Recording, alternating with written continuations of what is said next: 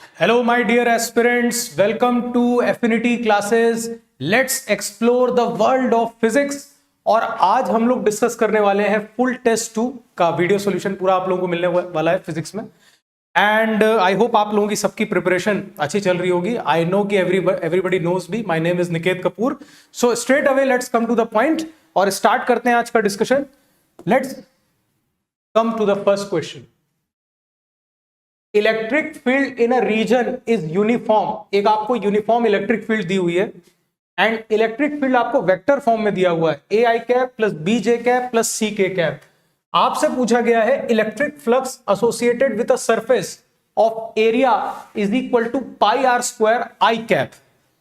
आपको याद होना चाहिए कि electric flux is represented by the dot product of electric field and also area vector. एकदम सिंपल क्वेश्चन था. इलेक्ट्रिक फील्ड और एरिया वेक्टर का डॉट प्रोडक्ट आपको करना है. सो आप सोचो कि आप जब डॉट प्रोडक्ट करते हो तो आई कैप को आई कैप के साथ ही एसोसिएट रखते हो. यहां पे जे कैप का कोई कंपोनेंट है नहीं, के कैप का कोई कंपोनेंट है नहीं, तो एरिया को सीधे पाई आर स्क्वायर को सीधे मुझे किससे मल्टीप्लाई करना चाहिए? ए से मल्टीप्लाई करना चाहिए. So electric flux will be equal to pi r square a. Let's search for the option and here it is. पहला ही ऑप्शन आपका करेक्ट आंसर है इस केस में. नेक्स्ट क्वेश्चन पे प्रोसीड करते हैं.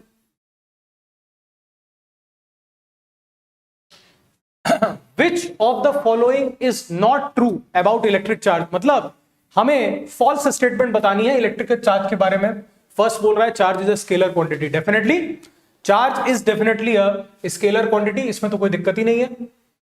B option, second option, charge of an isolated system is always conserve. Definitely charge conservation हम लोग प्रॉपर्टी भी पढ़ते हैं तो सेकंड प्रॉपर्टी भी ट्रू है. Third property, a particle having non zero rest mass can have zero charge. बिल्कुल हो सकता है. और जब भी जीरो चार्ज लिखा हो आप समझ जाइए कि जीरो नेट चार्ज की बात हो रही है. क्या इसने बोला है? इसने बोला है कि नॉन जीरो रेस्ट मास, मतलब उस पार्टिकल का कुछ ना कुछ मास है. और ऐसा बहुत केस में होता है, जैसे अभी जो मेरे हाथ में पेन है इसका नेट चार्ज जो होगा वो जीरो होगा. लेकिन ऐसा नहीं है कि इसमें टोटल पॉजिटिव और नेगेटिव चार्जेस, बिल्कुल भी नहीं है. Total positive charges equal to total negative charges. लेकिन जब भी हम चार्ज की बात करते हैं आपको पता है हम लोग नेट चार्ज की बात करते हैं. That means third property is also true here. लेकिन फोर्थ को अगर आप देखो तो फोर्थ में क्या कह रहा है? पार्टिकल हैविंग जीरो रेस्ट मास. भाई मैटर है ही नहीं, मास है ही नहीं, तो कैसे नॉन जीरो चार्ज हो सकता है? Charge can not exist without mass. ये बात सबको समझ आनी चाहिए. तो क्या होना चाहिए यार? सीधे सीधे fourth statement must be false. Therefore आपका आंसर फोर्थ होना चाहिए इस केस में. Let's move on to the next. Electric charge Q minus 2Q are placed at the corners of an equilateral triangle ABC of the side length L. The magnitude of electric dipole moment of the system. देखो जब भी NEET में अगर आपको ऐसा question आए आप समझ जाना कि जब भी वो 3 से ज्यादा आपको चार्जेस दे दे आपका डाइपोल बहुत इजीली क्रिएट हो जाएगा इस केस में. जैसे अगर मैं इक्विलेटरल ट्रायंगल बनाऊं यहां पे तो ये बन गया हमारा इक्विलेटरल ट्रायंगल. और चार्जेस क्या क्या है यार? Q और माइनस 2Q. ध्यान से देखना यार बच्चों, यहां पे तुमने रखा Q, यहां पे तुमने रखा Q. क्या मैं माइनस 2Q को दो चार्जेस में स्प्लिट कर सकता हूं? माइनस Q और माइनस Q. बिल्कुल कर सकता हूं. ये बना माइनस Q और ये भी बन गया माइनस Q. अब देखो मैं कैसी पेयरिंग करने वाला हूं. एक पेयर में ये बनाने वाला हूं भाई. ये एक पेयर बन गया. This is one dipole. सभी को पता होना चाहिए कि इक्विलेटरल ट्रायंगल का जो एंगल होता है, हर एंगल 60 डिग्री होता है, सभी को पता है. और एक पेयर और कौन सा बनेगा यार? एक पेयर ये बन जाएगा. अब आपको यह भी पता होना चाहिए साथ साथ कि डाइपोल मोमेंट हम लोग फिजिक्स में डायरेक्शन क्या लेते हैं. आई थिंक कि केमिस्ट्री में कुछ और लेते हैं, लेकिन हम लोग फिजिक्स में हमेशा lower to higher, negative to positive लेते हैं. सो यहां पे आपका जो डाइपोल मोमेंट बना, अगर मैं इसको वेक्टर फॉर्म में बनाना चाहूं तो this becomes P. And this P is the charge into the separation between the charges which is equal to L. और एक और वेक्टर आपको माइनस से प्लस ये वाला दिखने वाला है. This is also P and this P is also Q into L. अब इन दोनों वेक्टर्स का एंगल आपस में कितना बनेगा, must be 60 degree for sure. और अगर 60 डिग्री एंगल बन रहा है तो आपको ही पता है कि दो वेक्टर्स, इक्वल वेक्टर्स 60 डिग्री पे हो, अगर ये शॉर्टकट ट्रिक सबको याद होनी चाहिए, इनका जो रिजल्टेंट आता है वो √3 टाइम्स आता है। चाहो तो आप रिजल्टेंट का फॉर्मूला भी लगा सकते हो, √a² + b² + 2ab cos theta, लेकिन जीवन छोटा है और नीट का पेपर भी टाइम कंस्ट्रेंट है, इसीलिए आपको फटाफट शॉर्टकट ट्रिक्स याद होनी चाहिए। डायरेक्ट मार्क करो √3ql और आगे बढ़ो। Next question. यस, इस क्वेश्चन में क्या कहा जा रहा है कि there is a charge of 1 coulomb which is located at the center of a sphere of radius 10 centimeter and a cube of side 20 centimeter. The ratio of the outgoing flux from the sphere and the cube will be। देखो यार, बड़ा ही easy concept है। आप charge ले लो यहां पे जो कि है 1 कूलम, और आप एक स्फीयर बना लो जिसका रेडियस कितना है 10 सेंटीमीटर, और एक क्यूब बना लो जिसका साइड लेंथ है 20 सेंटीमीटर। कुछ ऐसा मेरे को लग रहा है कि ये दिखना चाहिए। In fact this is the diameter of the circle which will be equal to how much, which will be equal to 20 centimetre. तो क्यूब इसको बिल्कुल टच कर रहा होगा, लेकिन आप देखना कि कितना इजीली ये हो जाएगा। देखना, ये आपने बनाया सर्कल और ये बन गया क्यूब। अब यार क्यूब तो एक ऑब्वियसली एक 3D फिगर है और हम लोग 2D प्लेन यूज कर रहे हैं, तो मैं आपको स्क्वायर शेप में आपको बताने की कोशिश कर रहा हूं। लेकिन समझने वाली बात यह है यहां पे कि चार्ज आपने बिल्कुल बीचों बीच रखा है इन दोनों के सेंटर पे, और अगर चार्ज आपने सेंटर पे रख दिया है तो ऑब्वियस सी बात है ना कि अगर आप गॉस लॉ याद करो तो फ्लक्स होता कितना है, Q enclosed by epsilon naught, Q enclosed by epsilon naught। और इन दोनों सरफेसेस ने, क्यूबिक सरफेस और स्फेरिकल सरफेस, दोनों ने सेम चार्ज ही एनक्लोज किया हुआ है, that is 10 coulomb. That means वो तुमसे रेशियो अगर पूछ रहा है स्फीयर से जो फ्लक्स निकल रहा है और क्यूब से जो फ्लक्स निकल रहा है, डेफिनेटली आंसर क्या होना चाहिए, 1:1। That means third option is your answer. Next question पे चलते हैं फटाफट। ऑल राइट, इसमें क्या कह रहा है हम लोगों से, there are 2 metal spheres, metal बोले तो कंडक्टिंग। तो ये जो क्वेश्चन आपका जा चुका है वो इलेक्ट्रोस्टैट्स के पार्ट 2 में जा चुका है, that is property of conductors. Sphere A है, स्फीयर बी है, रेडियस ए एंड बी है, at a large distance apart, बहुत ज्यादा दूरी है इन दोनों के बीच में। Each sphere carries a charge of 10 microcoulomb, मतलब इक्वल चार्ज है इसके ऊपर, ठीक है। The spheres are connected by a conducting wire, ठीक, एक मेटेलिक वायर से उन दोनों स्फीयर्स को जोड़ दिया है। अगर आप इसका फिगर बनाओ तो आपको कुछ ऐसा दिखेगा कि ये हो गया रेडियस ए, और आपने इस पे चार्ज जो रखा है वो 10 माइक्रोकूलम रखा है। बड़ा वाला जो स्फीयर है उसका रेडियस हो गया बी, और इस पे भी आपने 10 माइक्रोकूलम रखा है।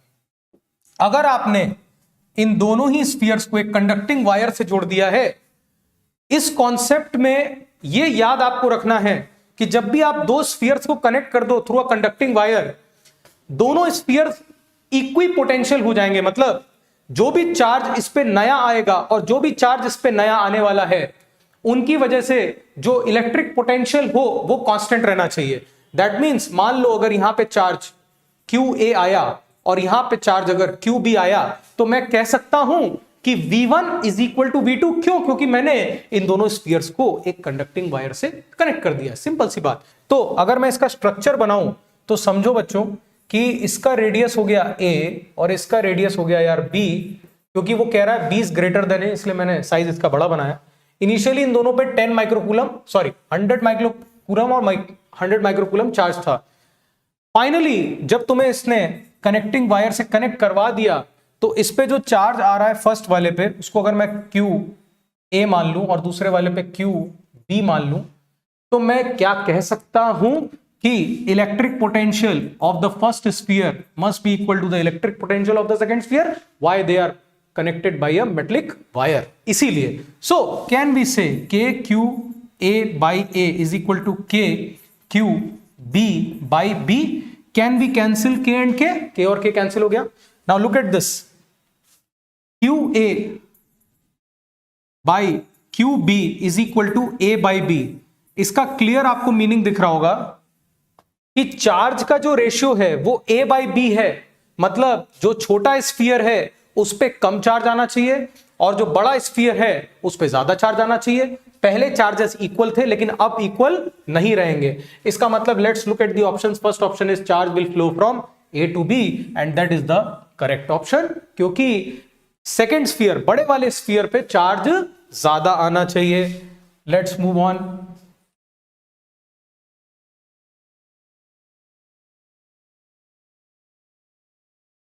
In a new system of units, energy, density and power are taken as fundamental units. मतलब कई बार नीट में, कॉम्पिटिटिव एग्जाम्स में ऐसा जरूर क्वेश्चन आता है कि आपके फंडामेंटल यूनिट्स जो है वो चेंज हो जा रहे हैं। जैसे फंडामेंटल यूनिट्स आपके 7 फंडामेंटल क्वांटिटीज है, मास, लेंथ, टाइम, लेकिन आपने कोई सिस्टम डिजाइन कर लिया। आप भी एक सिस्टम डिजाइन कर सकते हो, है ना। वो ऐसा ही अप्रूव कर दे तो बहुत अच्छी बात है, ना करे तो कोई दिक्कत नहीं है। Energy E, density D and power P are taken as fundamental quantities. Then the dimensional formula of universal gravitational constant capital G will be. सबसे पहले तो आपको यह समझने की बात है कि जो फोर्स होता है हमारा वो होता है G m1 m2 by r square. This is in terms of the fundamental quantities. Now can we say that universal gravitational constant का जो डायमेंशन होगा वो किसके बराबर होगा? F into are square upon m1 m2। मैं पहले इसको फंडामेंटल क्वांटिटीज में लिखने की कोशिश करता हूं, ठीक है। आपको भी पता है फोर्स का डायमेंशनल फॉर्मूला क्या होगा? Mass into acceleration, that is mlt minus 2। This becomes mlt minus 2। और आर स्क्वायर मतलब लेंथ का स्क्वायर, तो क्या बोल सकते हो? Capital L square upon m1 m2 मतलब m square. Now m upon m square मतलब m to the power -1। Club करते हैं सबको, m टू द पावर -1 बना हमारा, और l इंटू एल स्क्वायर बन गया l क्यूब, और t टू द पावर -2 अकेले बचा तो 3 टू द पावर -2। ये आपका डायमेंशनल फॉर्मूला किस टर्म्स में आया? ग्रेविटेशनल कांस्टेंट का 7 फंडामेंटल क्वांटिटीज के फॉर्म में आ चुका है, ठीक है, मास, लेंथ एंड टाइम।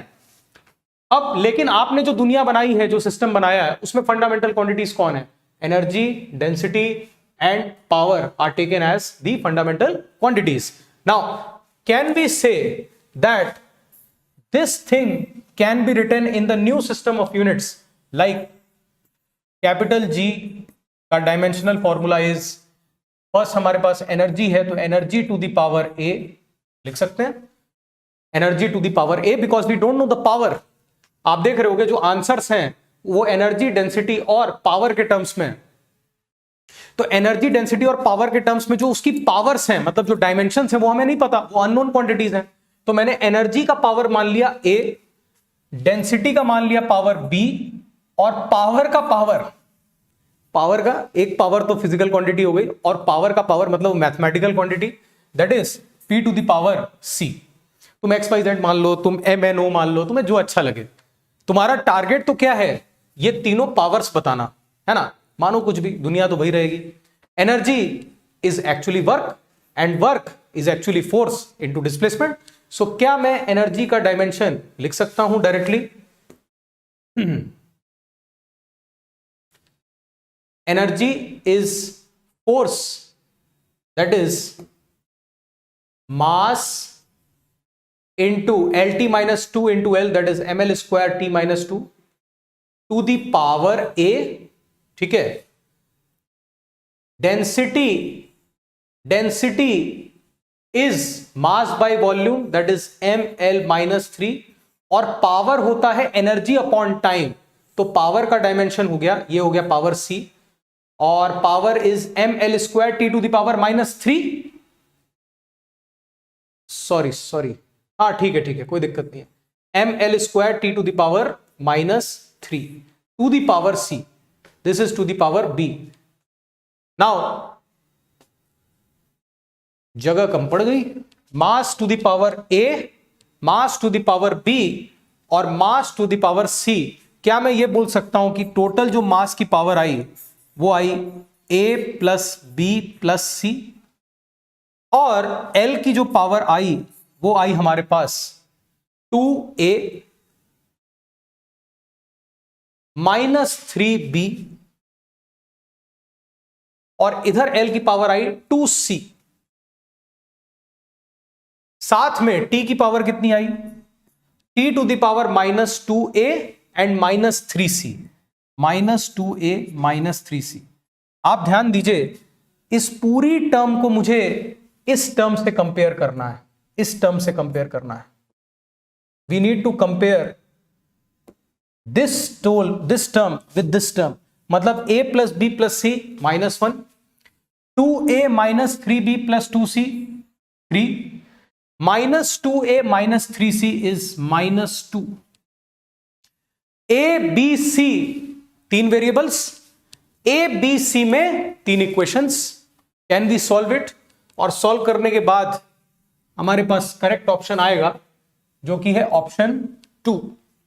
तो ये कैलकुलेशन आप लोग आई थिंक बहुत इजीली कर सकते हैं तीनों इक्वेशन बना के।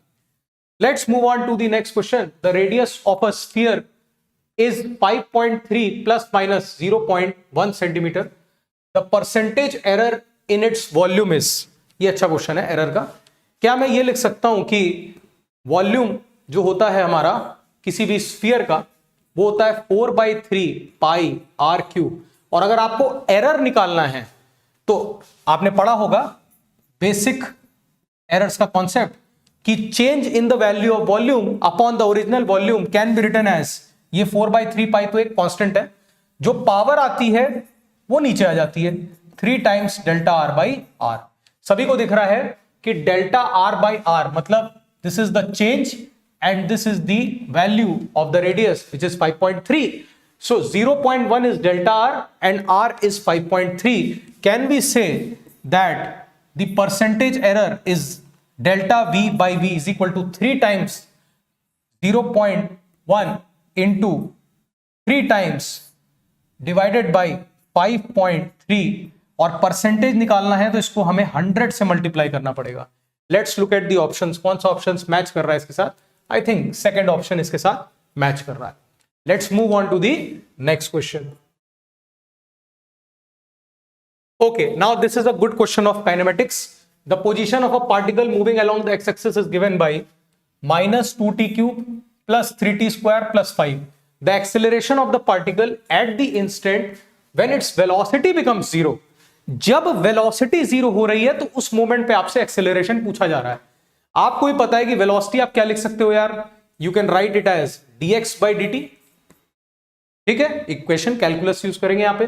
-2t क्यूब का डेरिवेटिव कितना होगा यार? -6t स्क्वायर, और 3t स्क्वायर का डेरिवेटिव कितना होगा? 6t, और 5 का डेरिवेटिव कितना होगा? 0। नाउ तुम्हें बताना है कि जब वेलोसिटी 0 है तो एक्सेलरेशन कितना है। Now let's see, we have got velocity function as -6t square plus 6t। इसको मैं 0 पुट करूं अगर, तो क्या कर सकता हूं मैं? 6t को कॉमन ले सकता हूं। I get 1 minus t equal to 0। So either t is equal to 0 और 1 minus t is equal to 0 and that gives me t is equal to 1। मतलब या तो इनिशियल टाइम पे वेलोसिटी 0 होगी तो पार्टिकल जो है वो रेस्ट से स्टार्ट कर रहा होगा, और 1 सेकेंड बीतने के बाद दोबारा वेलोसिटी 0 हो रही है। Let's find out the acceleration function. और आपको भी पता है बहुत भली भांति कि acceleration is dv by dt। Can I say that -6t square का डेरिवेटिव इज -12t और 6t का डेरिवेटिव इज 6।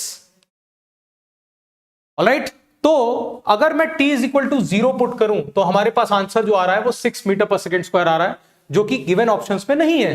दैट मींस मुझे क्या पुट करना चाहिए? t is equal to 1 put करना चाहिए। अगर मैं 1 पुट करूं तो t इज इक्वल टू 1 के केस में -12 plus 6, we have got -6 meter per second square. Let's check the answer. Yes, third option is the correct answer. तो इस हिसाब से आपको नीट में जरूर क्वेश्चन पूछा जा सकता है। नेक्स्ट प्रॉब्लम पे चलते हैं। Which one of the following time displacement graph, वैसे इसको इसने क्वेश्चन में थोड़ी सी गड़बड़ी कर दी है। जब भी हम लोग y वर्सेस x का ग्राफ बोलते हैं, जनरल जो टर्मिनोलॉजी है मैथमेटिक्स में, y x ग्राफ हम लोग बोलते हैं, x y नहीं बोलते हैं। जैसे आपने डिस्प्लेसमेंट अगर y पे दिया है और x एक्सिस पे टाइम दिया है तो यहाँ पे डिस्प्लेसमेंट टाइम लिखा होना चाहिए था, कोई दिक्कत नहीं है। Represents two moving objects p and q with 0 relative velocity. Relative velocity zero मतलब actual velocity of A must be equal to actual velocity of B. अगर मैं विद रेस्पेक्ट टू ग्राउंड भी लिखना चाहूं तो ये कोई गलत बात नहीं हुई। तो अगर ग्राउंड के रेस्पेक्ट में वेलोसिटी ऑब्जेक्ट ए की और बी की अगर बराबर हो जाए, इसका मतलब रिलेटिव वेलोसिटी जीरो हो चुकी है। अब देखो इसमें क्यू पार्टिकल का जो स्लोप है वो पॉजिटिव आया है, मतलब इस केस में जो वेलोसिटी ऑफ पार्टिकल क्यू है वो पॉजिटिव हो गई। आपको पता होना चाहिए कि डिस्प्लेसमेंट टाइम ग्राफ का जो स्लोप होता है वो आपको वेलोसिटी देता है। डिस्प्लेसमेंट टाइम ग्राफ का जो स्लोप होता है वो वेलोसिटी देता है। तो क्यू की वेलोसिटी पॉजिटिव और पी की वेलोसिटी जीरो, क्या रिलेटिव वेलोसिटी इस केस में जीरो हो पाएगी? नहीं हो पाएगी। इस केस में अगर आप देखो दोनों के स्लोप बराबर ही बन रहे हैं, स्लोप होता है tan theta, this is angle theta. तो अगर स्लोप दोनों के बराबर हो गए दैट मींस दोनों की velocity with respect to ground zero same, that means relative velocity must be zero. Second option is correct. Third option देख लो, स्लोप बराबर नहीं है तो अनइक्वल हो गई, और इस केस में तो वही केस हो गया फर्स्ट वाला, repeat. That means second option is the correct answer. Let's proceed. A particle moves in a circle of radius 25 centimeter at 2 revolutions per second. 2 revolutions per second मतलब वो दो पूरे कंप्लीट ऑसिलेशन या circle वो complete कर ले रहा है। Now the acceleration of the particle, सबसे पहले आप ओमेगा डिफाइन करो। देखो यार ओमेगा जो सर्कुलर मोशन में होता है फिजिक्स में, दैट इज डिफाइंड बाय कि कितना एंगल आप कवर कर रहे हो पर सेकेंड। सो आपने कितना एंगल कवर किया होगा, आप कर रहे हो कितना 2 रेवोल्यूशंस पर सेकेंड। 2 रेवोल्यूशंस में कितना एंगल आपने कवर कर लिया उस पार्टिकल ने? 2 रेवोल्यूशंस में 4 पाई कर लिया उसने। तो जो हमारा फॉर्मूला बनना चाहिए ओमेगा का, एंगुलर वेलोसिटी का, वो बनना चाहिए 4 पाई रेडियंस पर सेकेंड। ठीक है, या आप लिखना चाहो नहीं लिखना चाहो कोई दिक्कत नहीं है, चलो लिख देता हूं मैं 4 पाई रेडियन पर सेकेंड। ये थोड़ा ज्यादा ही लाइट हो गई इंक। नाउ एक्सेलरेशन हम लोग को बताना है। So acceleration will be only centripetal which is omega square into r. Omega square हुआ आपका 16 पाई स्क्वायर इंटू रेडियस कितने में घूम रहा है 25 सेंटीमीटर। 25 सेंटीमीटर को ऐसा यूनिट में कन्वर्ट करोगे मीटर में तो 25 बाई 100 लिखोगे। 25 बाई 100 विल बिकम 1/4। सो आपका फाइनल आंसर जो आया वो 4 पाई स्क्वायर आना चाहिए। This must be third option. Check कर लेते हैं एक बार। Yes, third option is correct. Next question. There is a balloon which has 2 grams of air. A small hole is pierced into it. The air comes out with a velocity of 4 meters per second. If the balloon shrinks completely in 2.5 seconds, the average force acting on the balloon is. बढ़िया सवाल। और ये question जो है वो है chapter variable mass system का। जब भी हम लोग क्या लिखते हैं F is equal to ma physics में, हम लोग एक्चुअली थोड़ी अधूरी बात कहते हैं। क्यों? क्योंकि हम लोग मास कांस्टेंट मान के चलते हैं। ठीक है, अगर आप थोड़ा सेकंड लॉ याद करो तो सेकंड लॉ ये कहता है कि external force acting on the object is the rate of change of linear momentum. Rate of change of linear momentum, और फिजिक्स में लीनियर मोमेंटम होता है मास एंड वेलोसिटी का product. Now can I say that the force acting can be written as d by dt of linear momentum is mass into velocity. अच्छा, अब अगर मैं इसको डिफरेंशिएट करूं तो यार दो टर्म्स हो गई, प्रोडक्ट रूल लगाएंगे हम लोग। एक तो टर्म आएगी dm by dt into v, और दूसरी टर्म आएगी m into dv by dt, जिसको हम लोग a बोल देते हैं। तो हम लोग हमेशा f is equal to ma लिखते हैं, लेकिन हम लोग को यह भी ध्यान रखना चाहिए कि ये भी टर्म आती है, और ये टर्म कब यूज होती है? जब मास चेंज हो रहा हो। dm बाई dt का मतलब क्या है? Rate of change of mass. अब rate of change of mass इस पर्टिकुलर क्वेश्चन में आपको दिया हुआ है, it is shrinking completely in 2.5 seconds. Can I write this equation like this कि average force is equal to dm को थोड़ा बड़ा कर लेते हैं, that is total change in mass, क्योंकि एवरेज फोर्स की बात हो रही है यहां पे, और dt को हम लोग थोड़ा बड़ा कर लेते हैं, that is the time interval into the velocity. Now velocity is remaining constant which is 4 metre per second, और मास कितना चेंज हुआ इसका 2 ग्राम, है ना। Gram is the CGS unit. SI में कितना लिखेंगे यार इसको? We can write 2/1000 into time interval denominator में आ रहा है विच इज 2.5 सेकेंड्स, और वेलोसिटी आ रही है हमारी 4। ठीक है भाई, 4 इंटू 2 8 अपॉन 2500,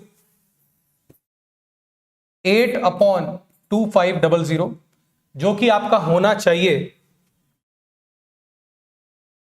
4 2 जा 8, 4 6 जा 24, अगेन 4 2 जा 20, 4 5 जा 20, 625, 2/625, 2/625 आ रहा है हम लोगों के पास। 3.2 नहीं होगा, 8 न्यूटन नहीं होगा, I think it must be either 0.008 Newton and 0.0032 Newton.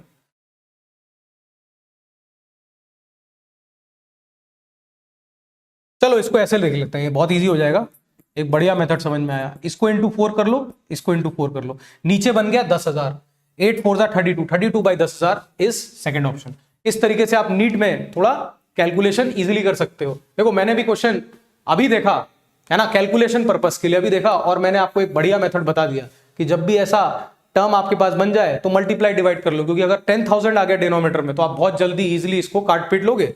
Next question, work done by the frictional force, very easy. बच्चे हमेशा क्या मार्क करके आ जाएंगे, मैक्सिमम बच्चे, इज ऑलवेज नेगेटिव। ऐसा नहीं होता, work done by friction positive भी हो सकता है, नेगेटिव भी हो सकता है और जीरो भी हो सकता है। जैसे फॉर एग्जांपल फ्रिक्शन लग रहा है, ठीक है, और स्टैटिक फ्रिक्शन लग रहा है किसी ऑब्जेक्ट पे, तो स्टैटिक फ्रिक्शन के केस में आपको ही पता है कि जो मूवमेंट होती है ब्लॉक की विद रिस्पेक्ट टू सरफेस वो होती नहीं है, तो उस केस में फ्रिक्शन का work done zero. Generally negative होता है क्योंकि अगर ब्लॉक आगे जा रहा है तो फ्रिक्शन पीछे लग रहा है। लेकिन आपको एक स्पेशल केस बताता हूं, मान लो दो ब्लॉक्स हैं, डबल ब्लॉक सिस्टम जो हम लोग फ्रिक्शन में पढ़ते हैं, और आपने इस पे एक्सटर्नल फोर्स लगाया नीचे वाले ब्लॉक पे, एंड बाय चांस ये दोनों ब्लॉक साथ चले, सिस्टम बन के चले, फैमिली बन के चले, और दोनों का एक्सेलरेशन ए रहा, तो डेफिनेटली आगे वाले मतलब ऊपर वाले ब्लॉक पे फ्रिक्शन आगे लग रहा होगा और नीचे वाले ब्लॉक पे फ्रिक्शन पीछे लग रहा होगा। और क्योंकि इस ब्लॉक का डिस्प्लेसमेंट आगे की तरफ हो रहा है, फोर्स भी आगे की तरफ लग रहा है, दैट मींस इस केस में work done by friction must be positive. Next question, तो क्या आंसर क्या होना चाहिए, this may be positive, negative, zero.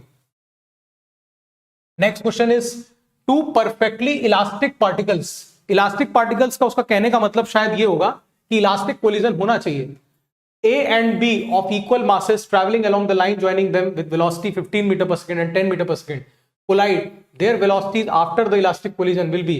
देखो ये तो एक बड़ा शॉर्टकट, एक हम लोग की ट्रिक है जो हम लोग स्पेशल केस कराते हैं कि जब दो इक्वल मासेस इलास्टिक कोलिजन करते हैं, ध्यान रखना ये केस तभी वैलिड होगा जब इलास्टिक कोलिजन होता है। अगर इलास्टिक कोलिजन हो गया तो डेफिनेटली ये दोनों अपने मोमेंटम्स को एक्सचेंज कर लेते हैं, लीनियर मोमेंटम्स को, और चूंकि मास सेम है तो एक तरीके से आप ये भी कह सकते हो they will exchange the velocities. तो पहला वाला अगर 15 से चल रहा है, दूसरा 10 से चल रहा है, तो आफ्टर द कोलिजन पहला वाला 10 से चलेगा और दूसरा 15 से चलेगा। Your answer must be third option, NEET में आ सकता है। नेक्स्ट पे चलते हैं। Now there are two blocks of masses 5 kg and 2 kg are connected by the spring of negligible mass। negligible mass का मतलब massless spring, ideal spring, and they are placed on a frictionless horizontal surface। An impulse gives a velocity of 7 meter per second to the heavier block। heavier कौन सा हुआ, 5 kg हुआ, in the direction of the lighter block। इसका मतलब ये हो गया 5 kg block और ये छोटू सा हो गया 2 kg ब्लॉक, और इसको हम लोगों ने कनेक्ट कर दिया है एक स्प्रिंग से। इंपल्स दे रहे हैं हम लोग हेवियर ब्लॉक को, कितना दे रहे हैं, we are giving an impulse such that it starts moving with the speed of 7 meter per second, the velocity of the centre of mass. Very easy question. Centre of mass हमेशा system का होता है ना, और system कौन है यहां पे, 5 kg block and 2 kg block. Now एक बात समझो यार, ये दोनों ब्लॉक एक स्प्रिंग से अटैच्ड है, और स्प्रिंग फोर्स जो होता है वो कंजर्वेटिव फोर्स होता है, और कंजर्वेटिव फोर्स के केस में अगर किसी सिस्टम पे, हम लोगों ने पढ़ा है फिजिक्स में, किसी पूरे सिस्टम पे अगर कंजर्वेटिव फोर्स लग रहा है एंड इवन एक्सटर्नल फोर्स इस सिस्टम पे जीरो है, if you see this system, then अगर ये 5 kg ब्लॉक दबाने की कोशिश करेगा और 2 kg आगे बढ़ने की कोशिश करेगा, तो 5 kg पे जो स्प्रिंग फोर्स होगा वो पीछे की तरफ लगेगा और 2 kg पे आगे की तरफ लगने लगेगा। लेकिन इस पूरे सिस्टम पे जो नेट फोर्स आएगा वो कितना होगा, जीरो। इसका मतलब जो इनिशियल लीनियर मोमेंटम है सिस्टम का वो फाइनल लीनियर मोमेंटम के बराबर होना चाहिए, और सिस्टम का लीनियर मोमेंटम मतलब पार्टिकल्स का लीनियर मोमेंटम हम लोग सम करते हैं। हम लोगों को पता है कि total mass of the system is let's से m and velocity is vcm, how do we write this? We write this something like this: m1 v1 plus m2 v2 plus m3 v3 and so on. और आप लोगों को सीधे सीधे सीधे यहां पे दिख रहा है कि जो मास ऑफ द सिस्टम है वो कितना है, 5 plus 2 that is 7 kg. 7 kg into vcm is equal to, इस मास की स्पीड आपको 7 मीटर पर सेकेंड दी गई है इंपल्स के द्वारा, तो 7 into 5 लिख सकते हैं हम लोग 35 प्लस, हाँ, the velocity of this block initially is 0, सो क्या मैं लिख सकता हूं 2 into 0, 7 5 35, राइट हैंड साइड पे 35 और लेफ्ट हैंड साइड पे 7 दिया हुआ है, तो VCM will be equal to 35 by 7 which is how much, 5 metre per second. Clear? आ सकता है इस टाइप का क्वेश्चन नीट में. Fourth option is the correct answer. और क्या बोल रहा है next question, particle is starting from the point 0,8 metre and moves with uniform velocity of कितनी, 3 i cap metre per second. What is the angular momentum of the particle after 5 seconds about the origin, mass of the particle is 1 kg. In type के questions में आप एक diagram जब बना लोगे ना तो आपको बहुत इजीली एनालाइज होने लगेगा कि क्या चल क्या रहा है. हमेशा इन टाइप के क्वेश्चंस में जब एंगुलर मोमेंटम पूछा जाए तो आप एक्स वाई कोऑर्डिनेट सिस्टम बना लो, और पार्टिकल स्टार्ट कहां से कर रहा है, इस कोऑर्डिनेट से कर रहा है जिसका लोकेशन है 0,8 and it is moving with uniform velocity how much, 3 i cap, मतलब कुछ ऐसे जा रहा है. नाउ फिजिक्स में हम लोग एंगुलर मोमेंटम कैसे लिखते हैं, we write the angular momentum as, particle का, रिजिड बॉडी का तो आप आई ओमेगा लिखते हो, पार्टिकल का आप लिखते हो r cross p, that is position vector of the particle with respect to the point, जिस पॉइंट के हिसाब से आप देख रहे हो, किसके हिसाब से देख रहे हो, ओरिजिन के अबाउट बैठ के देख रहे हो, किसका देख रहे हो, इसका देख रहे हो, कितना डिस्टेंस है इनके बीच में, how much is the distance, this is 8, how much is the mass of the particle, 1 kg दिया हुआ है. Now can I say that इस पार्टिकल का जो लीनियर मोमेंटम आएगा, क्योंकि स्पीड 3 मीटर पर सेकेंड है, तो लीनियर मोमेंटम कितना होगा, 3 into 1 दैट इज 3 kg मीटर पर सेकेंड. आज आप लोगों को डायरेक्शन भी देखना सिखा देता हूं, है ना, शायद किसी को अगर कंफ्यूजन होता हो तो. P वेक्टर ऐसे है और R वेक्टर कैसे जाएगा, ऐसे जाएगा, R वेक्टर ऊपर की तरफ, P वेक्टर राइट की तरफ, right hand thumb rule, R से लेके P तक फिंगर्स को कर्ल करेंगे, और फिंगर्स को कर्ल करते ही जो डायरेक्शन आपकी थंब की आएगी वो आपको एंगुलर मोमेंटम की डायरेक्शन बताएगी. और आपको थंब की डायरेक्शन इनटू द प्लेन दिख रही है. जनरली हम लोग इनटू द प्लेन को माइनस के कैप लेते हैं, मतलब नेगेटिव जेड एक्सिस हम लोग इनटू द प्लेन मानते हैं और out of the plane positive Z axis मानते हैं. सो दैट मींस एक बात तो पक्की है कि आंसर जो है वो इन केसेस में सभी में माइनस के कैप दिया हुआ है, तो कोई गैस करने की भी जरूरत नहीं है, माइनस के कैप तो होगा ही होगा. लेकिन ये हो गया P और दोनों के बीच में एंगल बन रहा है 90 डिग्री, और आपको पता ही होता है R P sine theta, sine 91 होगा, डायरेक्टली मल्टीप्लाई कर दो 3 into 8 that is angular momentum must be -24, सब कुछ यूनिट्स, के कैप ऐसा यूनिट्स. दैट मींस कौन सा ऑप्शन बन गया आपका, सेकंड ऑप्शन बन जाना चाहिए. नेक्स्ट प्रॉब्लम पे चलते हैं. A hot solid sphere rotating about a diameter has an angular velocity omega naught, मतलब initial angular velocity omega naught है. If it cools so that its radius reduces to 1 by eta times of its original value, then the angular velocity must become. यार एक बात समझो भाई, जब कोई चीज इंडिपेंडेंटली रोटेट कर रही है, उसके ऊपर कोई एक्सटर्नल फोर्स नहीं है, कोई एक्सटर्नल टॉर्क नहीं है, तो कोई भी रोटेटिंग ऑब्जेक्ट का जो एंगुलर मोमेंटम होगा यार, L initial must be equal to L final. जैसे आपको एग्जांपल दिए जाते हैं कि वो जो कथक वगैरह जो डांस करते हैं जो लोग, और वो रोटेट करते टाइम पे एकदम से अपना हाथ बेंड कर लेते हैं तो ज्यादा स्पीड से रोटेट करने लगता है. Example conservation of angular momentum principle से आता है. जैसे ही कोई गुलाटी मारता है, अगर कहीं से जंप मारता है स्विमिंग पूल में, और वो अपने आप को बेंड कर लेता है, तो वो ज्यादा रोटेट कर सकता है. क्यों? क्योंकि वो अपना मोमेंट ऑफ इनर्शिया कम कर लेता है. क्या मैं यहां पे लिख सकता हूं कि I1 omega 1 must be equal to I2 omega 2? बिल्कुल लिख सकते हैं.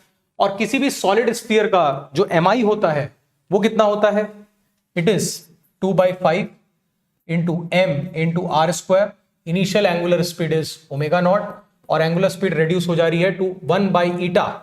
That means right hand side पे अब एक चीज देखो इंपॉर्टेंट है भाई, मास चेंज नहीं हो रहा, वो ये कह रहा है कि इफ इट कूल्स, क्या उसने ये कहा कि हमने उसको काटा पीटा?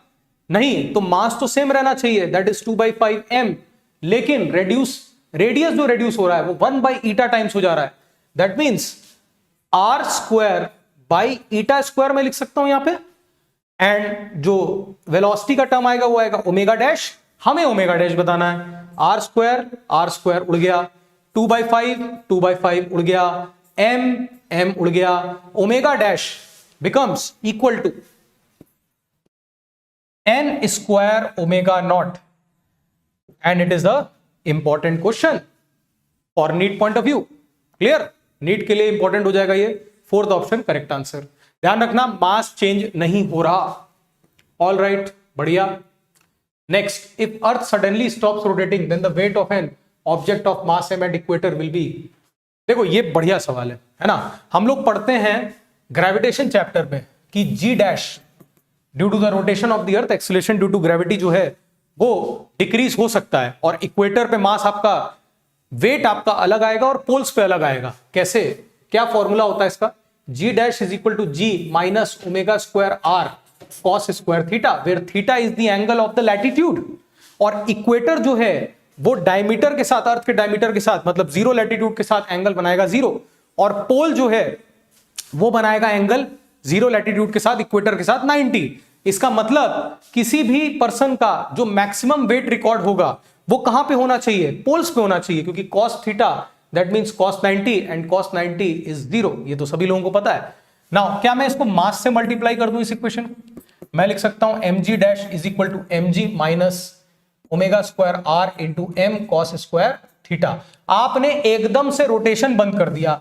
इक्वेटर पे पहले पार्टिकल था, तो इक्वेटर पे जो उसका वेट आ रहा था वो आ रहा था the real weight mg actual में जो होता है minus something m omega square r cos square theta. Now अगर आपने एकदम से एंगुलर स्पीडी अर्थ को रोक दी, भाई क्वेश्चन बनाने के लिए तो कुछ भी कर सकते हैं ना, अर्थ को कोई रोक नहीं सकता है। चलो रोक दिया तो ओमेगा 0 हो गया, मतलब g डैश जो है ये LHS जो है वो बढ़ गया। That means it should increase by how much term? It should increase by m omega square r। थोड़ा कंफ्यूज करने के लिए तुम्हें m ओमेगा r स्क्वायर भी दिया हुआ है, तो ये फॉर्मूला सब लोग को ध्यान रहे कि ओमेगा स्क्वायर r वाली टर्म यहां पे आती है। यहां पे r क्या होता है? Radius of the earth. So second option is the correct answer. Next पे मूव ऑन करते हैं। नाइस क्वेश्चन ऑफ ग्रेविटेशन, इसको देखते हैं। The change in potential energy when a body of mass m is raised to a height nr from the earth surface. बहुत बढ़िया। जब अर्थ पे रखी थी ये, अर्थ के सरफेस पे, है ना, मास ऑफ द बॉडी मान लो स्मॉल m, ठीक है, और अर्थ का मास यहां पे दिया नहीं हुआ है तो हम लोग मान लेते हैं कैपिटल M, ठीक है। और जब ये अर्थ के सरफेस पे रखी थी तो इनकी interactive gravitational potential energy initial कितनी रही होगी? -Gm over capital R। जब आप इसको हाइट nr तक ले जा रहे हो फ्रॉम द अर्थ सरफेस। अब यहां पे थोड़ा ट्विस्ट है, जब आप इसको हाइट nr तक ले जा रहे हो, मतलब आप हाइट इसकी nr कर दे रहे हो, तो सेंटर से कितना डिस्टेंस हो जाएगा भाई? nr plus r।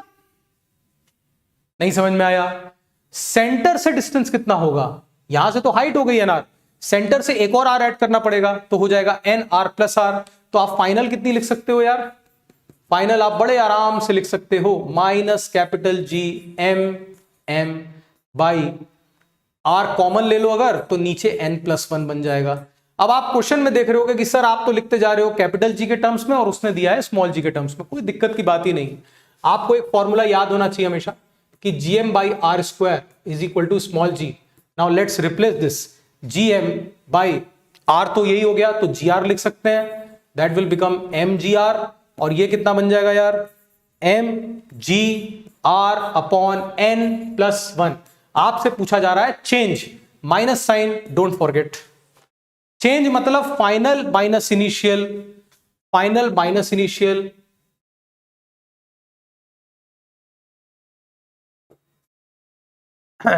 Change in potential energy that is delta U will be final है हमारे पास mgr upon n+1 minus sign के साथ, don't forget it, minus initial तो माइनस माइनस हो जाएगा plus, that becomes mg capital R। अब यार mgr कॉमन ले लो तुम, तो n+1 -1, n+1 -1 आपको बचेगा n और नीचे बचेगा n+1। गिवन ऑप्शंस में I think third option must be the correct answer. Let's check the answer कि थर्ड सही है कि नहीं। Yes, it is correct. Let's move on. Now a body weighs 72 newton on the surface of the earth. When it is taken to a height of 2r, where r is the radius of the earth, it would weigh। देखो इसका एक बड़ा important formula होता है, जब तो वो 72 Newton feel कर रहा है यहां पे, तो ऑब्वियसली वो सरफेस पे बैठा हुआ है, radius of the earth is capital R। जब आप हाइट 2r तक ले जा रहे हो तो ये हो गया रेडियस R, और आप ले गए हाइट 2r तक इस पार्टिकल को, ये यहां पे हो गया। ठीक है, देखो g डैश का फॉर्मूला होता है original g upon r plus h का होल स्क्वायर, और आप 2r हाइट तक ले गए हो तो 2r प्लस r कितना हो गया यार, 3r स्क्वायर। 3r का होल स्क्वायर कितना हो जाना चाहिए, 9r स्क्वायर। इसका मतलब क्लियरली अगर उसका 72 न्यूटन था सरफेस पे, तो 2r हाइट पे ले जाने पे डिवाइडेड बाय 9 टाइम्स हो जाना चाहिए। That means 8 newton must be the correct answer. ये फॉर्मूला सबको याद हो जाए तो बढ़िया है नीट पॉइंट ऑफ व्यू से। Next question, a wire is suspended vertically from one end is stretched by attaching a weight of how much, 200 newton to the lower end. The weight stretches the wire by 1 mm। The elastic potential energy gained by the wire. देखो elastic potential energy हम लोग क्या लिखते हैं in the solids, properties of solids chapter से सवाल आया आपको। U is half into stress into strain into volume, और यहां पे आपको वेट दिया है तो आप स्ट्रेस निकाल सकते हो, आपको एक्सटेंशन दिया हुआ है तो आप स्ट्रेन निकाल सकते हो। इस फॉर्मूले से आप total energy stored in the wire को कैलकुलेट कर सकते हो बहुत easily, formula based. Next question, now viscous drag force depends on, देखो यार विस्कस फोर्स का फॉर्मूला क्या होता है, 6 पाई ईटा आर वी। अगर कोई स्फेरिकल ऑब्जेक्ट नीचे की तरफ किसी लिक्विड में जा रहा है तो हम लोग उसका विस्कस फोर्स स्टोक्स लॉ से ये लिखते हैं 6 pi eta r v. Size of the body मतलब रेडियस पे डिपेंडेंसी है, वेलोसिटी विच मूव्स इस पे भी है, विस्कोसिटी ऑफ द फ्लूइड इस पे भी है। That means all of these must be undoubtedly the correct answer. The excess pressure in a soap bubble is double that in the other one, the ratio of their volume is. देखो इस type का question भी NEET में बन सकता है। Excess pressure का formula होता है किसी भी बबल के लिए, एक्सेस प्रेशर और a bubble is 4s by r। 4s, s का मतलब होता है सरफेस टेंशन, r का मतलब होता है रेडियस। अगर लिक्विड ड्रॉप होती है तो उसका एक्सेस प्रेशर का फॉर्मूला होता है 2s by r। ठीक है, नाउ सोप बबल है मतलब मटेरियल हम लोग सेम मान रहे हैं, मतलब सरफेस टेंशन दोनों का इक्वली होगा, लेकिन एक का जो एक्सेस प्रेशर है वो दूसरे के मुकाबले डबल है। मतलब जैसे अगर मैं एक्सेस प्रेशर ऑफ ए लिखना चाहूं तो मैं बोल सकता हूं it is double of the excess pressure of the soap bubble B. Can I say that 4s by r a is equal to 2 times 4s by r b। 4s उड़ा दो, rb by ra तुम्हारे पास बचा 2 times. लेकिन तुम्हें ratio volume पूछ रहा है। Volume क्या होता है यार स्फीयर का, जो बबल होगी वो स्फेरिकल शेप की होगी, almost 4/3 pi R cube. So the ratio of their volume मतलब वो फर्स्ट बाय सेकंड अगर पूछ रहा है मेरे से, तो R A by R B का होल क्यूब मतलब 2 का whole cube is 8। That means 1:8 must be the correct answer. और अगर वो b बाई ए पूछता तो आपका आंसर क्या होता, 8:1। आई होप सबको समझ में आ गया है। Okay, this is a question of thermodynamics, work done in the cyclic process shown in the figure। This is a PV diagram. और आप याद करो, ये आपको केमिस्ट्री में भी फंडा काम आएगा और फिजिक्स में भी काम आएगा। केमिस्ट्री में आई थिंक वर्क डन का जो साइन है वो चेंज हो जाता है। साइक्लिक प्रोसेस अगर क्लॉकवाइज है, ध्यान रखना, प्रेशर वॉल्यूम डायग्राम में साइक्लिक प्रोसेस में अगर साइकिल जो है वो अगर क्लॉकवाइज है तो पॉजिटिव वर्क डन होता है। फिजिक्स की बात कर रहा हूं भाई। क्लॉकवाइज है अगर साइकिल पीवी डायग्राम में तो वर्क डन जो होता है वो पॉजिटिव होता है, और अगर साइकिल एंटी क्लॉकवाइज होती है तो वर्क डन नेगेटिव होता है। यहां पे एंटी क्लॉकवाइज है, मतलब एक बात तो कंफर्म है कि आंसर नेगेटिव होना चाहिए। ठीक बात है, एक ही में पॉजिटिव दिया, बाकी सब नेगेटिव है, तो हम लोग को कैलकुलेट करना ही पड़ेगा। So work done in the cyclic process is actually the area of the cycle. Now अगर आप ये देखो तो ये वाला जो डायमीटर हुआ वो हुआ 2v0, क्योंकि 3v0 minus v0 is 2v0, और ये कितना हुआ यार 3p0 minus p0 is 2p0। Basically तुम्हें बना तो ये डायग्राम में सर्कल दिया है, लेकिन इट इज अ एलिप्स। अगर p0 बराबर v0 होगा तब तो ये सर्कल बनेगा, नहीं तो ये एलिप्टिकल स्ट्रक्चर बनेगा। आप सर्कल का एरिया फिजिक्स में, मैथमेटिक्स में लिखते हो पाई आर स्क्वायर। आज से याद कर लो, किसी एलिप्स का जो एरिया होता है वो होता है पाई ए बी, और ए होता है एलिप्स का सेमी मेजर एक्सिस, बी होता है सेमी माइनर एक्सिस। आपको ही पता है कि ये हुआ मेजर एक्सिस तो इसका आधा हुआ v0, और ये हुआ अगर माइनर एक्सिस तो इसका आधा हुआ p0। आपका आंसर होना चाहिए pi area into volume, that is p0 v0, लेकिन माइनस साइन के साथ। क्यों? क्योंकि ये एंटी क्लॉकवाइज साइकिल है। That means I think third option is the correct answer. एक बार चेक कर लेते। Yes, third is given. Next question, a mixture of gases at NTP for which gamma is 1.5 is suddenly compressed. देखो, जब भी ये word आ जाए भाई physics में, suddenly compress, sudden process. Sudden process का मतलब ही हो गया कि वो कौन सा प्रोसेस है, ध्यान रखना, इट्स एडियाबैटिक प्रोसेस। और यहां पे फाइनल टेम्परेचर तुमसे पूछ रहा है, तो टेम्परेचर और वॉल्यूम का एडियाबैटिक प्रोसेस में रिलेशन होता है। जैसे प्रेशर वॉल्यूम का क्या होता है, याद करा दूं आप लोगों को थोड़ा सा, PV to the power gamma is equal to constant. ठीक है, टेम्परेचर वॉल्यूम का कितना होता है, it is TV to the power gamma -1 is equal to constant. ये याद रहे तो बढ़िया। नाउ गामा आपको दिया हुआ है 1.5 और 1/9 ऑफ द ओरिजिनल वॉल्यूम कर दिया जा रहा है। नॉर्मल टेम्परेचर एंड प्रेशर मतलब standard value, that is room temperature, और पहले तो आपको केल्विन में करना पड़ेगा इसको, ठीक है, उसके बाद डिग्री सेंटीग्रेड में कन्वर्ट करना पड़ेगा। टेम्परेचर 1 इंटू वॉल्यूम 1 गामा -1 मतलब 0.5 into temperature 2 into volume 2 that is 0.5, और आपने 1/9 कर दिया ओरिजिनल वॉल्यूम का, मतलब V2 is 1/9 times of V1। T1 by T2 is equal to V2 is 1/9 times of V1 divided by V1, और इस पूरे का पावर 0.5 मतलब अंडर रूट। V1 कैंसिल, 1/9 का अंडर रूट कितना होगा, 1/3 होगा। कैलकुलेट कर लो और फाइनल टेम्परेचर निकाल लो। Let's see the answer, it's second option, that means 546 degree centigrade. लेकिन आपको सारी चीजें केल्विन में पुट करनी है, फिर डिग्री सेंटीग्रेड में कन्वर्ट करना है। आई होप सबको पता है कि 273 kelvin is 0 degree centigrade. Conversion factor physics chemistry दोनों जगह यूज होता है। Now we are into 25th question, an ideal heat engine operates on the Carnot cycle between 227। Again देखो डिग्री सेंटीग्रेड में दिया है, तुम्हें टेम्परेचर को केल्विन में कन्वर्ट करना ही पड़ेगा। तो हॉट टेम्परेचर कितना हुआ इसमें, 227 प्लस 273 दैट इज 500 केल्विन, और कोल्ड टेम्परेचर कितना हुआ, 127 प्लस 273 इज 400 केल्विन।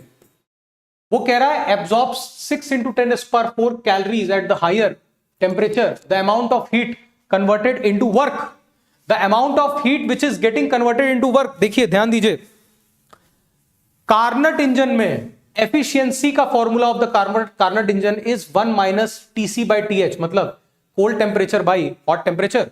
तो यहां से अगर मैं एफिशिएंसी निकाल लूं, that will be 1 - TC that is 400 divided by 500, 500 minus 400 that is 100, 100 by 500 that is 1/5। ये आ गई आपकी एफिशिएंसी। नाउ एफिशिएंसी होती क्या है किसी कार्नट हीट इंजन में, एफिशिएंसी मतलब जो आपको आउटपुट मिल रहा है और जो आप इनपुट दे रहे हो उसका रेशियो। सिंपल सी बात, जो आप हीट सिस्टम को दे रहे हो दैट इज द इनपुट और आपको मिल क्या रहा है, you are getting the work as the output. So can we say work done, work converted into work, that is heat हम लोग कितनी दे रहे हैं, 6 into 10⁴ can be written as 1/5। Therefore work done कितना आना चाहिए, 6/5 into 10⁴, 6/5 होता है 1.2। I think fourth option is the correct answer. Next पे चलते हैं। 4 molecules of a gas have how much speeds, 1 2 3 4 kilometre per second. देखो एसआई में नहीं दिया हुआ है, एसआई मीटर पर सेकेंड हुआ, लेकिन आप ऑप्शंस में देखो तो ऑप्शन भी आपको किलोमीटर पर सेकेंड में ही दिया हुआ। The value of the RMS speed, RMS का मतलब क्या होता है, स्क्वायर मीन रूट। मीन का मतलब क्या होता है, एवरेज। मतलब आप पहले सारी स्पीड्स का स्क्वायर करोगे, फिर उनका एवरेज निकालोगे, फिर आप अंडर रूट निकालोगे। It is the reverse engineering, square mean root.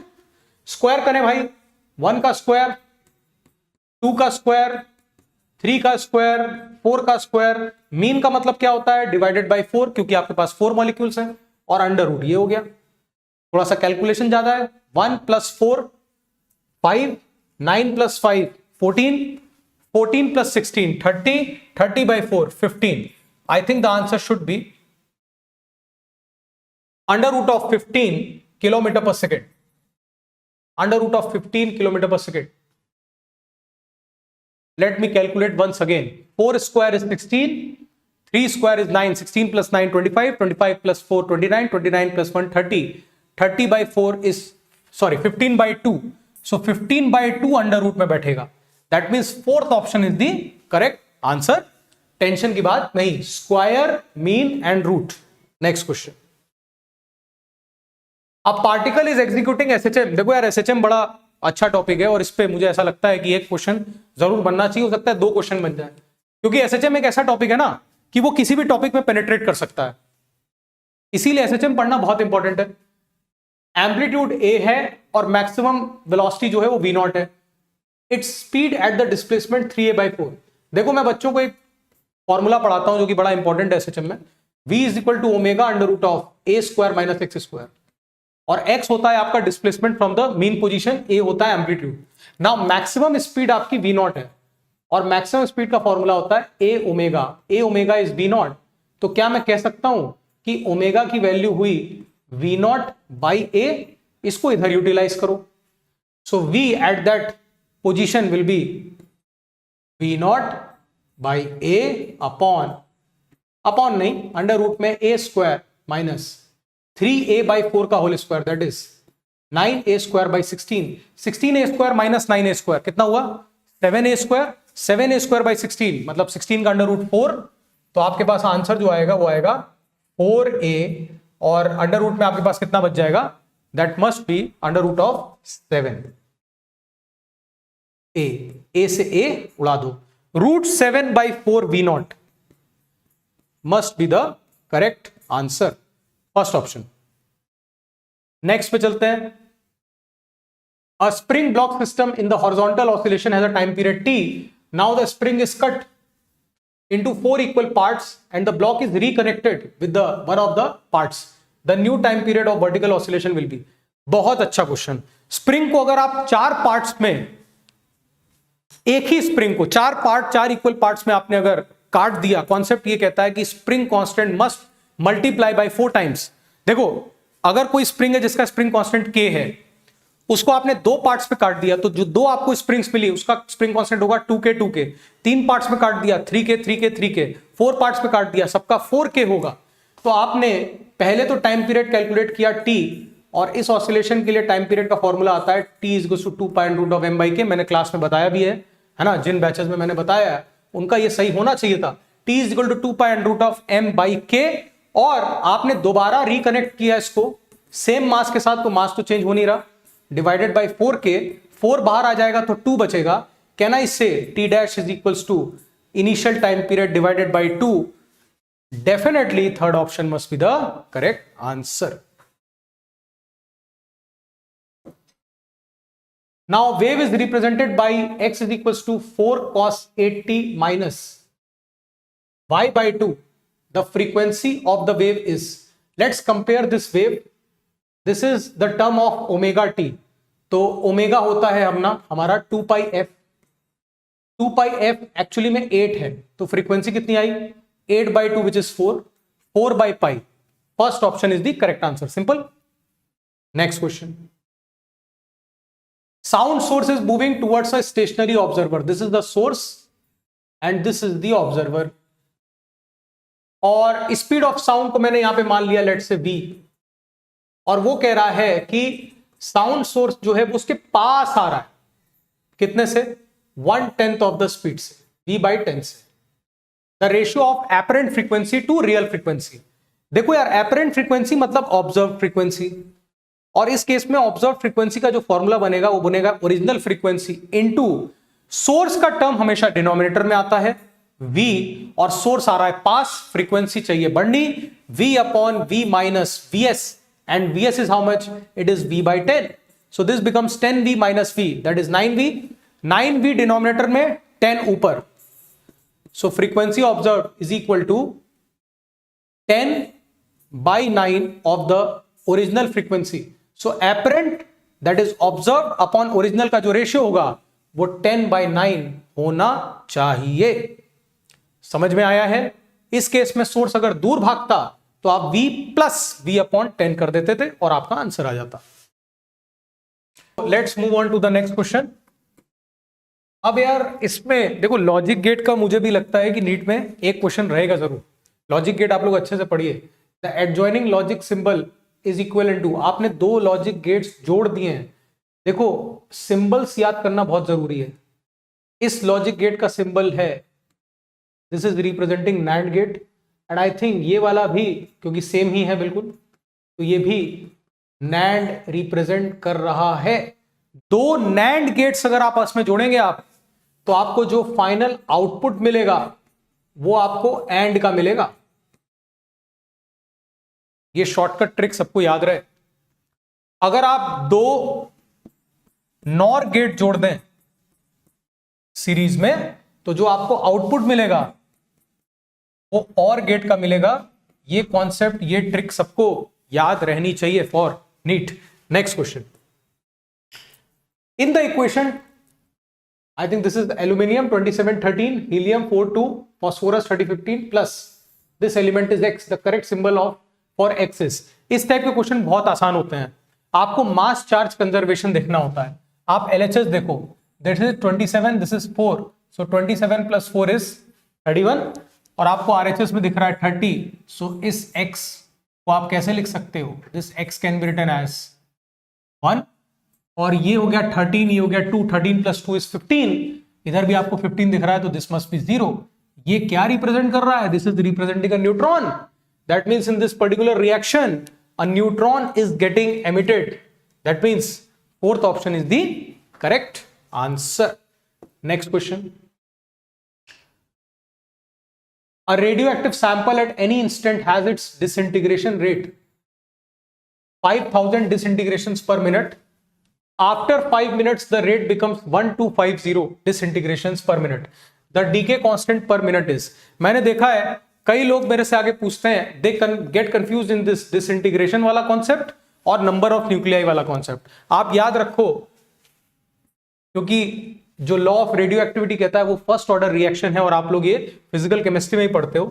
That number of nuclei after time t is represented bye n0 e to the power minus lambda t, and the activity of a sample or the disintegration rate which is denoted by capital R is equal to the initial disintegration rate r0 e to the power minus lambda t। ये सब दोनों equations बिल्कुल exactly same तरीके से लिखी जाती हैं। Lambda क्या होता है सभी को पता है, it is the decay constant. Now पहले t = 0 पे 5000 डिसइंटीग्रेशंस पर मिनट हो रहे थे, और 5 मिनट बाद ये हो गए 1250। ध्यान देना इस कॉन्सेप्ट पे, बहुत अच्छा कॉन्सेप्ट है।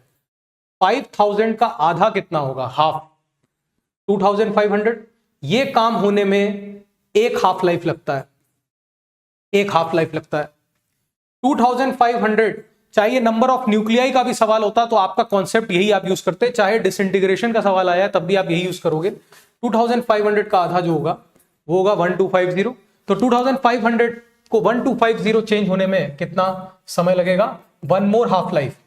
सो basically you are taking 2 half lives to reduce from 5000 to 1250, 2 half life लग रही हैं, 2 हाफ लाइफ बराबर 5 minute, 2 times t half is equal to 5 minutes, that means clearly 1 half life is 2.5 minutes।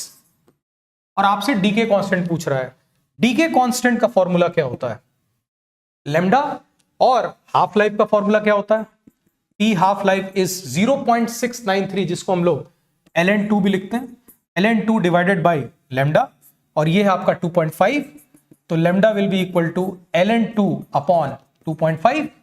अब ln2 upon 2.5 क्या दे रहा है हम लोग को, क्या मैं 25 को लिख सकता हूं, ln2 upon 2.5 is 1 upon 2.5 and 1 upon 2.5 will be 10 by 25, that is 2 by 5, 0.4 ln2। This must be the correct answer। चाहे ये क्वेश्चन फिर से रिपीट कर रहा हूं, डिसइंटीग्रेशंस की जगह अगर नंबर ऑफ न्यूक्लियाई भी लिखा होता तो आपका आंसर इस केस में सेम आता।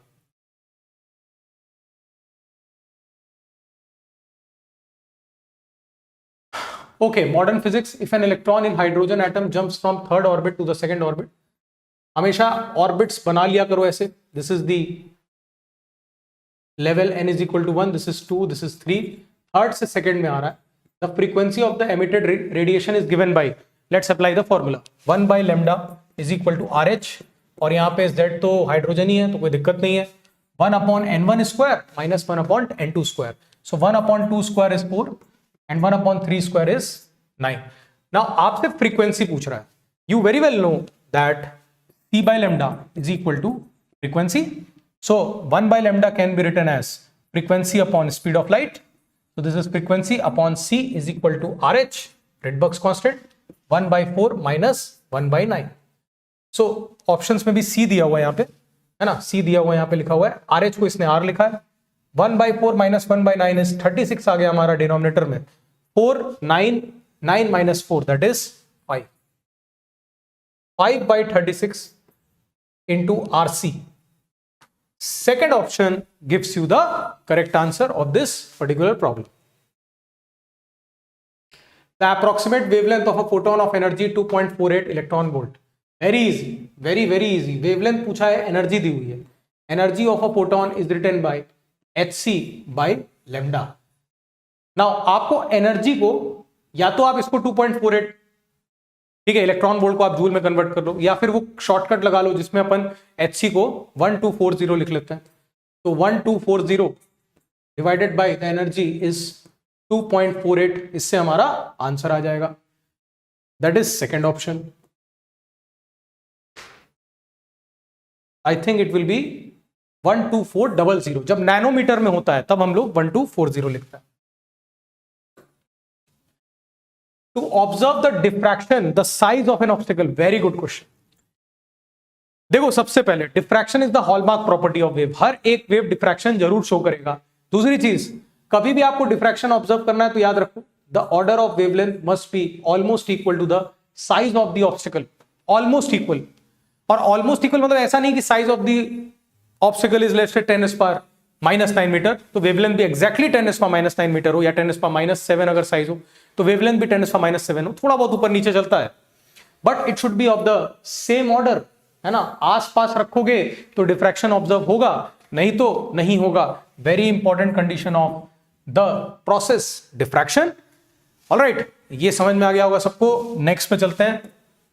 If the amplitude ratio of to sources producing interference is 3:5, मतलब A1 by A2 आपको दिया हुआ है 3/5, the ratio of the intensities of the maxima and minima. समझो पहले कि intensity is proportional to amplitude का square, so I1 by I2 must be equal to 3/5 का होल स्क्वायर, दैट इज 9/25। लेकिन आपसे ये नहीं पूछा है, आपसे पूछा है मैक्सिमा एंड मिनिमा, मतलब मैक्सिमम इंटेंसिटी का फॉर्मूला तो सबको आइडिया होना चाहिए, √I1 प्लस √I2 का होल स्क्वायर। जिन जिन बैचेस में मैंने वेव्स पढ़ाया है मैंने ये चीज आपको सिखाई और इस पे 2-3 सवाल भी कराया मैंने।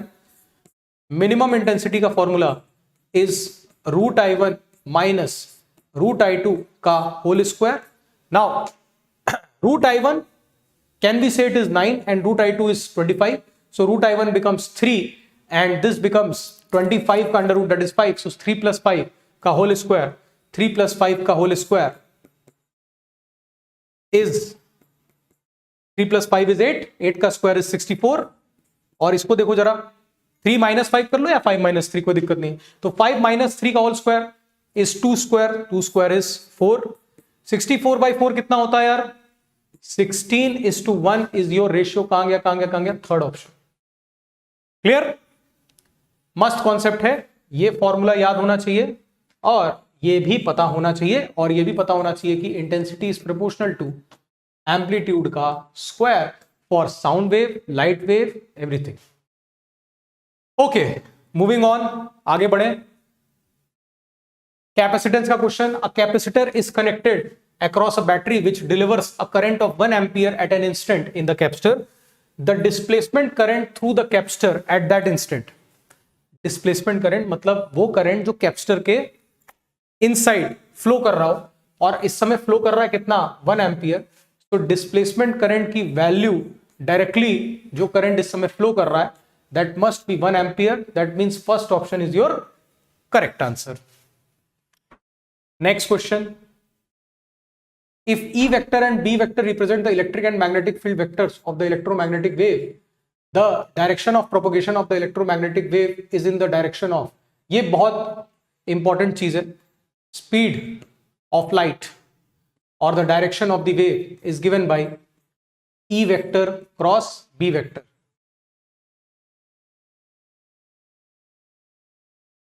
तो ये सबको याद रहना चाहिए।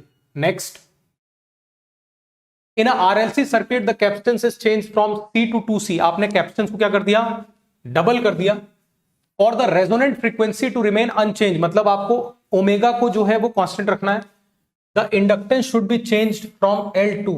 देखो यार, ओमेगा का फॉर्मूला होता है omega square is 1/LC। Omega square is 1/LC। अगर आपको रेजोनेंट फ्रीक्वेंसी चेंज नहीं रखनी है तो आप कह सकते हो कि L1C1 must be equal to L2C2, और आपने कैपेसिटेंस कर दिया double. So this is L1 into C1, that is C is equal to L2 into 2C। C से C उड़ाओ, और इनिशियल इंडक्टेंस जो था वो L था, L is equal to L2 इंटू 2। सो L2 की वैल्यू कितनी आ गई, L2 की value is L/2।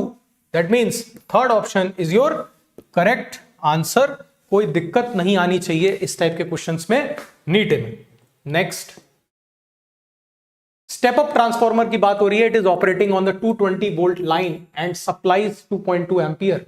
The ratio of primary and secondary winding is 11:50। The output voltage in the secondary coil is, secondary coil में output voltage आपसे पूछा जा रहा है। Very important relation in the case of transformer, that the voltage across the secondary upon the voltage across the primary coil is equal to the number of turns of the secondary coil upon the number of turns of the primary coil। और जो secondary voltage होता है यही तो output होता है यार, और जो प्राइमरी वाइंडिंग का वोल्टेज होता है यही तो इनपुट होता है यार।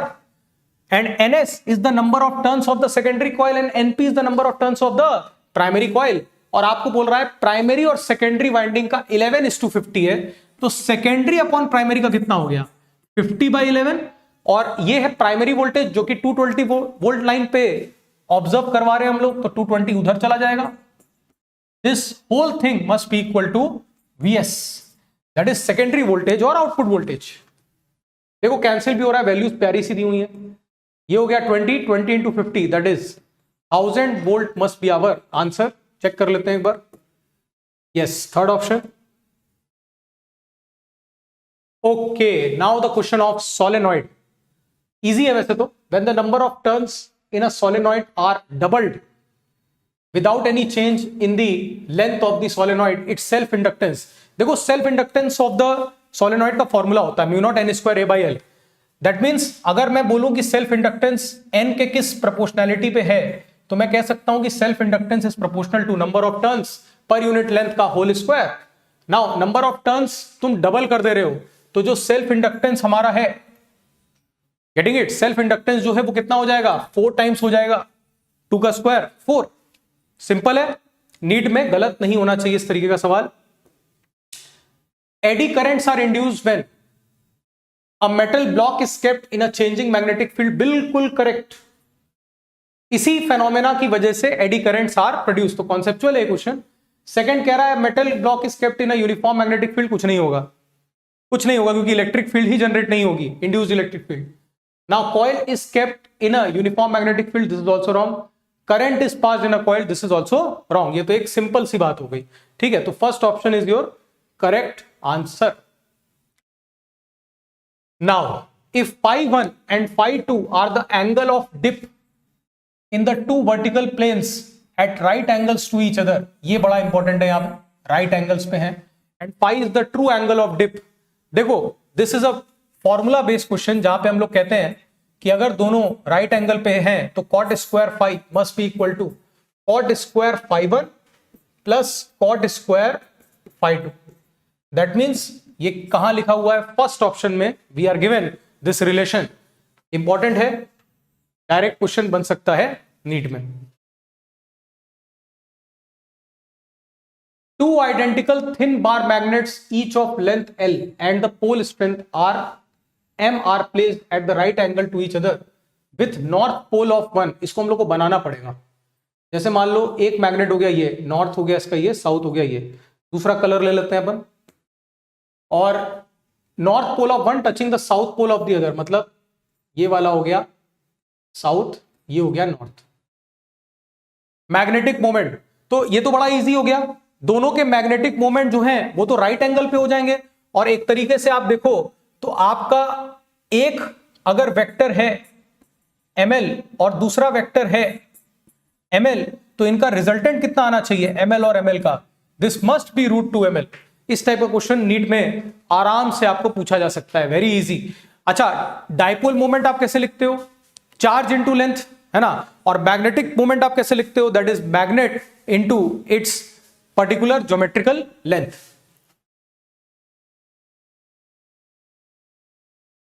A current I ampere flows in a circular wire which subtends an angle of, ये देखो मजा, 3π/2 रेडियन कह रहा है, वो पूरा नहीं कह रहा। आपको पता है कि पूरा वायर जो होता है वो तो 2π एंगल सबटेंड करता है, लेकिन यहां पे आपको जो एंगल दिया गया है वो पाई से ज्यादा और 2π से कम, दैट इज 3π/2, कुछ ऐसा केस दिया गया आपको, यही वायर है बस।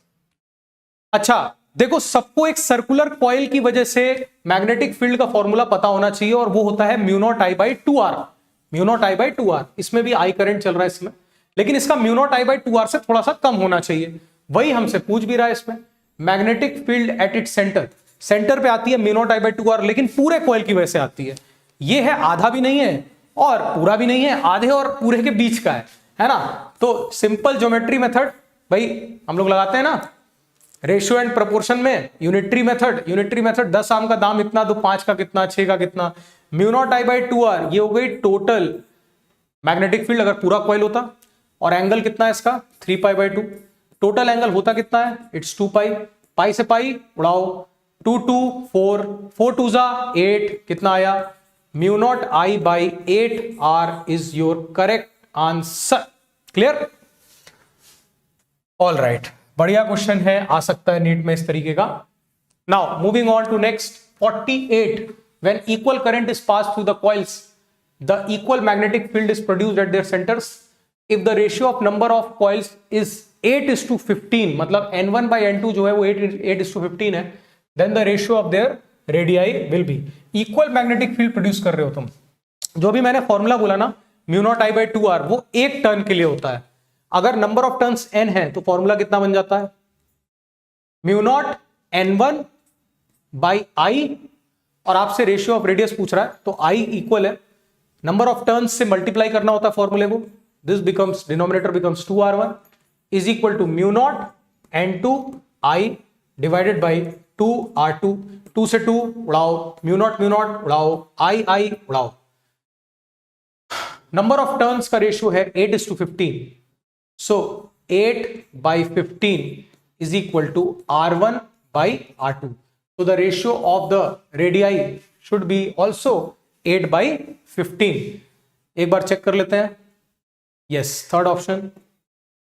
Next, 2 heater coils separately take 10 minutes and 5 minutes to boil certain amount of water। देखो certain amount of water मतलब certain उसने वर्ड यूज कर दिया है, मतलब same. If both the coils are connected in series, the time taken will be, now this is a special question, series में आपने connect किया है, तो फर्स्ट केस में मान लो कॉइल का रेजिस्टेंस हो गया R1 और बैटरी लगाई गई है V पोटेंशियल की। सेकेंड केस में आपका जो रेजिस्टेंस हो गया वो R2 हो गया कॉइल का, और सेम फिर से V। और तीसरे केस में आपने जो है R1 प्लस R2 कर दिया यहां पे सीरीज में, this is also battery V। First case में जो समय लग रहा है वो लग रहा है 10 मिनट, और दूसरे केस में लग रहा है 5 मिनट। तीसरे केस में, थर्ड केस में मैं मान रहा हूं कि let the time be T। Now देखो, कॉन्सेप्ट ये कहता है कि एनर्जी जो जूल्स लॉ ऑफ हीटिंग के अकॉर्डिंग इस केस में आनी चाहिए, वो आनी चाहिए V² by R1 into T1, क्योंकि इस केस में टाइम T1 लग रहा है। इस केस में कितनी आनी चाहिए? V² by R2 into T2। और इस केस में कितनी आनी चाहिए? V² upon R1 plus R2 into T। आपको दिख रहा होगा कि इस केस में अगर आपने डिनोमिनेटर को बढ़ाया है तो न्यूमरेटर भी बढ़ेगा। आपको एक शॉर्टकट ट्रिक बताता हूं इस टाइप के क्वेश्चंस में। जब भी सीरीज में हो, directly T is equal to कर दो T1 प्लस T2। एडिशन पे न्यूमरेटर बढ़ भी रहा है और इक्वल करके भी लिखेंगे तब भी हम लोग को सेम आंसर ही मिलेगा। शॉर्टकट ट्रिक ही याद रहे direct, that is T is equal to T1 plus T2। एक को लग रहा है 10, सेकेंड इज 5, तो भाई कितना हुआ टोटल? 15 मिनट्स। बिना पेन उठाए इस तरीके के सवाल को आपको सॉल्व करना है नीट में। All right, last question of this full test. In a region of space suppose there exist a uniform electric field, change नहीं हो रही है, और 10 I कैप का मतलब क्या हुआ कि the electric field is in the positive x direction and the positive charge is moving with a velocity -2j cap, मतलब चार्ज की वेलोसिटी जो है वो नीचे की तरफ है। दिस इज -2j कैप, नीचे की तरफ आ रही है। It's potential energy will become, देखो यार एक बात बताओ मुझे, ये इलेक्ट्रिक फील्ड के डायरेक्शन में तो मूव ही नहीं कर रहा है, it is moving perpendicular to the electric field direction. जब तक ये इलेक्ट्रिक फील्ड के डायरेक्शन में मूव नहीं करेगा तब तुम हायर पोटेंशियल से लोअर पोटेंशियल जो इलेक्ट्रिक फील्ड लाइंस जाती हैं उसका कॉन्सेप्ट कैसे लगाओगे? जैसे मान लो अगर ये पार्टिकल एक्स एक्सिस के अलोंग चल रहा था, तो इसका मतलब ये पॉइंट इससे हायर पोटेंशियल पे होगा, ये पॉइंट और भी हाई पोटेंशियल पे होगा, पीछे वाले पॉइंट्स और भी हाई पोटेंशियल पे होंगे। लेकिन ये चार्ज पार्टिकल किस डायरेक्शन में जा रहा है? नीचे की तरफ जा रहा है, एंगल परपेंडिकुलर बन रहा है। इस केस में पोटेंशियल एनर्जी ना तो इंक्रीज ना तो decrease. First option increase, rejected, decrease, rejected, third does not change, this is correct. And fourth says initially increases then decreases, गलत, बिल्कुल गलत। जब तक सेम डायरेक्शन में, या फिर अगर 90 डिग्री पे ना भी चल रहा हो, किसी एंगल थीटा पे चल रहा हो, तो जब हम लोग कंपोनेंट लेंगे तो उस हिसाब से हम लोग एनालाइज करेंगे हायर पोटेंशियल और लोअर पोटेंशियल को। लेकिन अगर 90 डिग्री पे चल रहा है तो कोई मुद्दा बनता ही नहीं है। Does not change is your correct answer. All right, I hope आप लोगों को सीखने को मिला होगा इन वीडियो सॉल्यूशन से। टेस्ट पेपर्स की यही स्ट्रेटेजी होनी चाहिए आपकी कि जब भी आप टेस्ट पेपर्स अटेम्प्ट करो तो टेस्ट पेपर्स अटेम्प्ट करके हमेशा उसके खुद के सॉल्यूशंस अपने से एक बार जरूर प्रैक्टिस किया करो, स्पेशली उन सवालों के जो सवाल आपसे नहीं बने थे। Stay motivated, all the best for your NEET exam.